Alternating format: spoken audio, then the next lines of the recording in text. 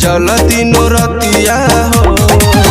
जैसे सब व्रत करेली जानू हमारा ला छठ करेली, हो कुंवर में व्रत करेली जानू हमारे ला छठ करेली।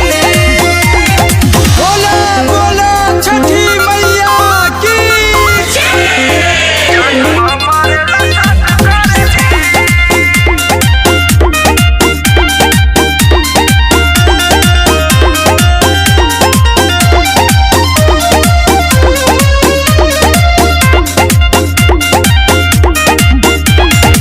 लेके दौरा छठी घाट जाली, पूजा पाठ में न कुछ भुलाली, पूजा पाठ में न कुछ भुलाली।